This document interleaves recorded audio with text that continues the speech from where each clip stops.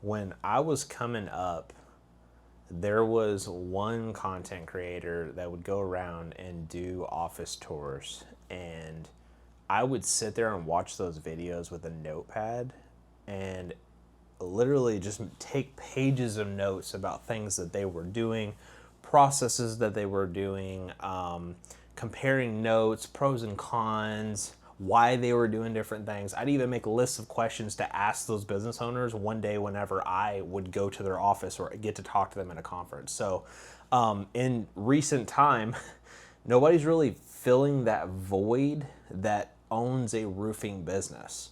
So there's other people that are doing it, but they're not actively involved in a roofing company as an owner. So I have a unique perspective because I own an 8-figure roofing business. I can go into these other businesses and do these office tours and ask questions that are going to be more relatable to business owners trying to build their roofing business.